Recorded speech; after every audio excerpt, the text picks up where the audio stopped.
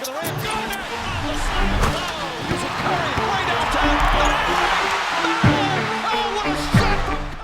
Okie dokie, we are here. I admittedly have very little time to get these predictions done, and also I'm going to say, in all my time on NBA YouTube, this really might be the most unpredictable playoffs that I've been around for. There's a good amount of these series I have absolutely zero idea what to do with, but as in every predictions I've ever done, I'm just going to pick a certain amount of games and I'm going to stand on it. I don't have a crystal ball, and this is great. This is the way the playoffs should be. When you're done watching these predictions, head over to playback.tv/Dom2K. The link is in the comment section and description. This is where we will be watching as many NBA playoff games this postseason as it makes sense to. Seriously, we might watch nearly every game of every series together. It's gonna be a blast. Okay, let's go ahead and chew on the hardest series first, ones that I don't have a great read on. The Timberwolves are once again play-in champs. They have earned the right to play the Denver Nuggets in the first round. Of course, the first place everyone's mind will probably go to is Rudy Gobert and Nikola Jokic. That brings me to my very first question. I wonder how the Wolves are going to handle that. It has historically not been a great matchup for Gobert, although nobody is really a great matchup against Nikola Jokic.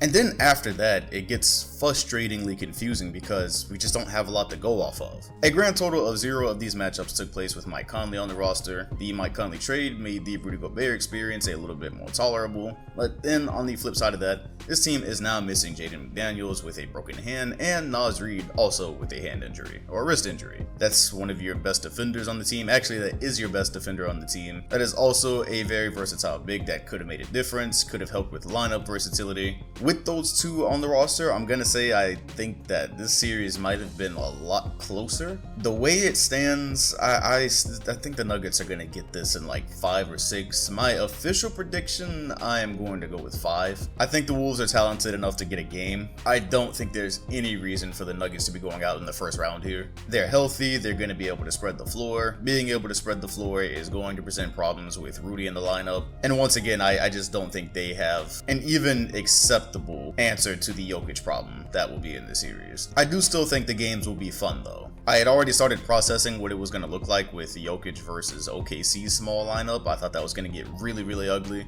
I do think these will at least be fun games. I do want to say before I leave this section, one of the reason that the Nuggets and Wolves is in that really weird zone for me is because while I think the Nuggets are talented enough to get this done, while I feel like they have enough pressure points, the Wolves also have pressure points. This is going to be one of many tests in the playoffs in Jokic in pick and roll. They have Ant, who is hopefully going to be very aggressive. They have Cat that can stretch the floor. That immediately branches off to another question, especially because Gobert, I don't think they really want to just try him straight up with Jokic. How many times are we going to get a Cat at the 5 lineup so you can maximize how much you're going to really have Jokic moving on defense? That is a point that the Nuggets may have to adjust to, and that is definitely a way that the Wolves can create enough problems to make this a fun series, and you start to get more into that 6-game territory. That alone is one of the reasons I feel like if the Wolves had their 2 other guys, this could get into the scary zone, but without them, I think Denver can be tested. It can go 6. I am going to trust them enough to get it done in 5, but it will be fascinating nonetheless to see how the Wolves treat this, especially because they haven't had a whole lot of time with Gobert and Cat in the regular season anyways, so it's something that will be on the fly and fun to watch. Moving right down the line, the Suns and Clippers, so either Kawhi Leonard or KD has to go out in the first round. Bummer. However, I don't think it's going to be KD. The Suns at this point have not lost a single game with Durant in the lineup. Of course, it's a small sample, they haven't played the greatest teams, but still, the firepower you have on this team with KD and Booker, the level that the offense can hum at, I think it's going to get them over the top in this series because the Clippers will be playing without Paul George. Otherwise, I would have maybe thought this was going 7. I don't think Phoenix is just going to destroy them. Kawhi Leonard has looked fantastic. I think that he is going to be good enough to get some games off of Phoenix here. I still think the Clippers have enough lineups to make this interesting, but already in a series like this, I'm wondering, okay, once Kawhi goes to the bench, this isn't necessarily fun anymore for them when the Suns are always going to have like a KD or Booker on the floor, or an Aiden or CP3. Some variation of those guys will always be there. And is Zubac, how usable is Zubac going to be in this series? When KD and Book are constantly coming off of screens. Once that happens, I guess you can maybe go small and try to force their hand with Aiden, but yeah, it's just some things they've got to figure out while they're shorthanded. Paul George is not expected to come back in this series. I think it will come down to an issue of firepower for the Clippers, but fun nonetheless. I'm going to say Phoenix in 6. Ooh, possibly the best first round here. The Kings and the Warriors. I've caught myself thinking how unfortunate it is that Sacramento has gone from this long playoff drought, and their very first playoff series since the mid-2000s is going to be against the Dynasty.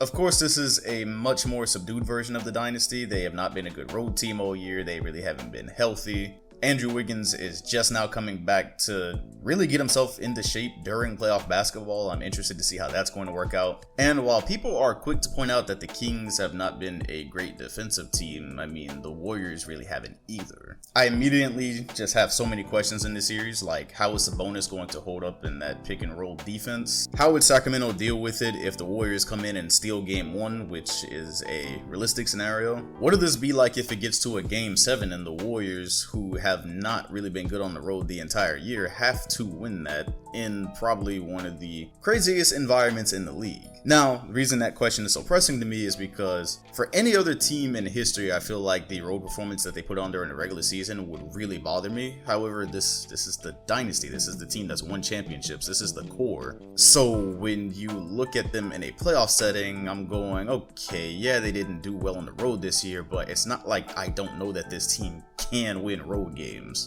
in playoff settings.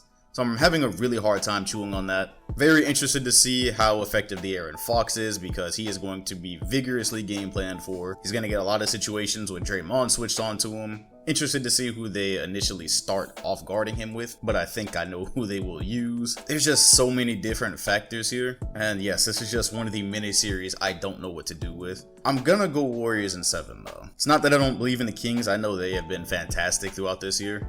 I just feel like in this type of setting, I know what the Warriors are. I know what they're capable of, and I believe there is a game plan there for them to exploit enough to be able to defeat this team 4 times. However, all the same, if Wiggins is not really on it after this long absence, if the road issues for some reason persist, then by default the Kings would end up getting it. They get the first 2 games at home, they get game 7 at home. This is why it's a toss-up.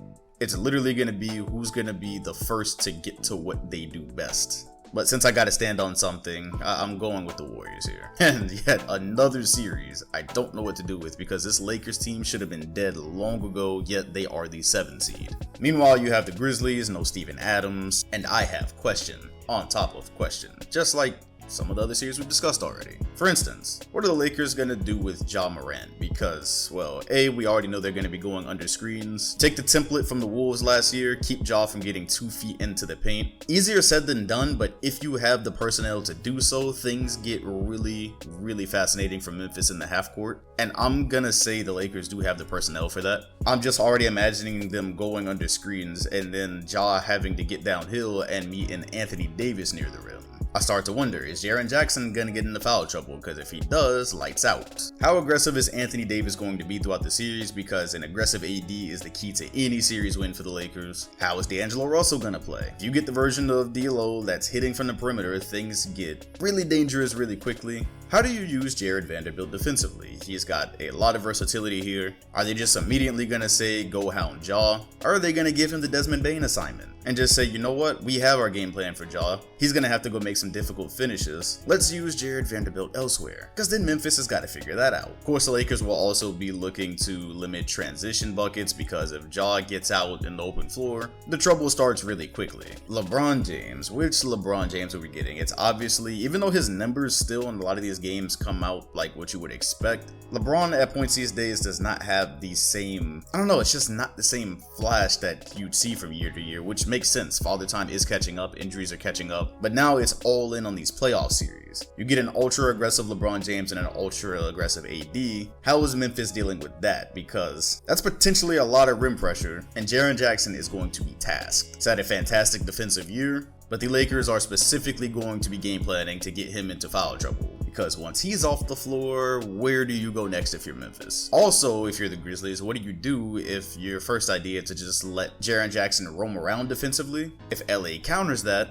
how do you handle it? I'm just thinking that the Lakers are definitely going to go with some lineups that minimize that, or they're going to try to at least. And him not being able to roam will free up a lot for the Lakers. So I'm doing a lot of talking right now to say this series is a toss-up in my mind. Y'all know from the finals matchups video that I did, I have been plotting on the Lakers being able to just get somewhere into the playoffs as a launching pad and go from there.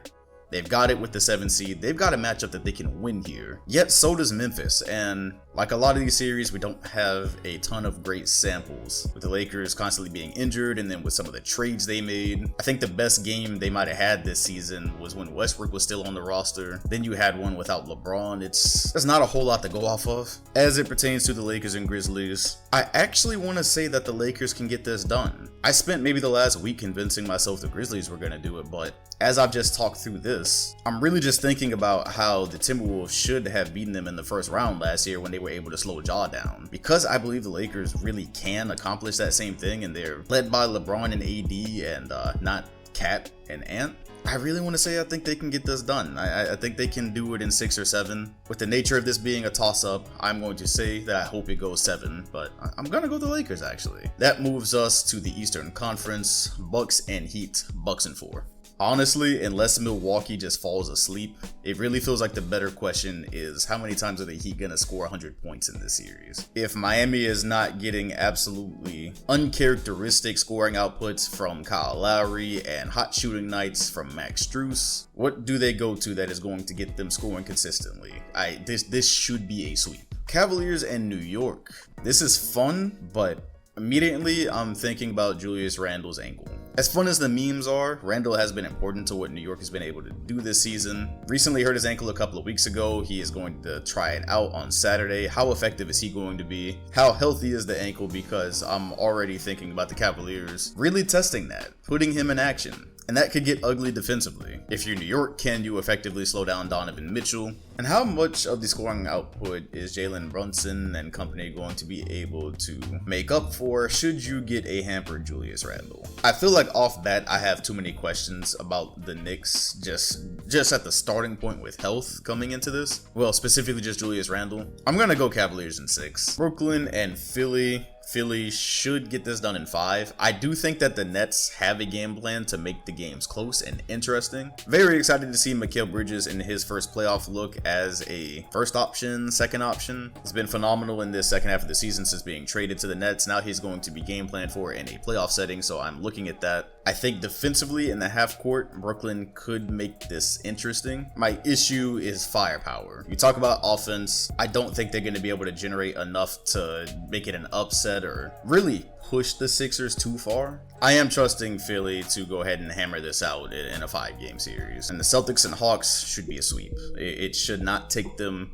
Look, if Trae Young has one of those games where he goes off, maybe 5, but I do not trust Atlanta's defense against Boston. One of the last times the Celtics and the Hawks played, Jason Tatum had about 4 dunks. This is a team that shoots a lot of 3-pointers, but I think they're going to be able to generate more paint touches than usual against Atlanta. They are uniquely equipped to deal with Trae Young, although he had some good games against Boston this year. We are now in a playoff setting, and I really don't see why they can't do something similar to Trae as the Heat did to him last year. Unless DeJounte Murray is making a lot of open threes, I expect this pressure to really turn up on Trae. You throw Marcus Smart at him, throw Jaylen Brown, Derek White, maybe put 2 to the ball and force some other guys to make shots like DeJounte Murray. I'm thinking about a DeAndre Hunter, and if Boston just puts a guy on him and says, hey, roam, and if Hunter becomes the attacker, you're fine with that. You'd much rather him be getting to pull up mid-range jumpers and such than dealing with Trae Young, stretching the defense out to the hash and whatnot. And then also, if you're ATL, where are you going to hide Trae Young? This could very well be a series where Boston is hunting him on switch after switch, and there's just not a great place to stash him for a series. I'm gonna go sweep, but if Trae Young gets them a game, he does. But I'm gonna go sweep. And those are my first round predictions. Like I said at the beginning, for a lot of these, I have more questions than answers. I think this entire video could get flipped on its head, and you could end up with some very different looking second round matchups, but from what we have to go off of, from the matchups, when the first round is done, to the best of my ability, this is what I think it'll look like. Let me know your predictions in the comment section. Be sure to hop on playback with us. On Saturday and Sunday, we're going to be streaming pretty much the entire day. So if you're seeing this video on a Saturday, after the Nets and Sixers game, we will be on the rest of the day. It's going to be ridiculous. Going to be a very fun postseason. I always like to remind y'all, because a lot of y'all have been here since the Kevin Durant Warrior days. We prayed for times like this. A mostly unpredictable Western Conference. In the East, where even if you're just looking at the Bucks and Celtics, I still don't know who's coming out. But yeah, let me know what you think. Hit the bell next to my name if you want notifications every time a new video drops. And I'll see you all on the next one.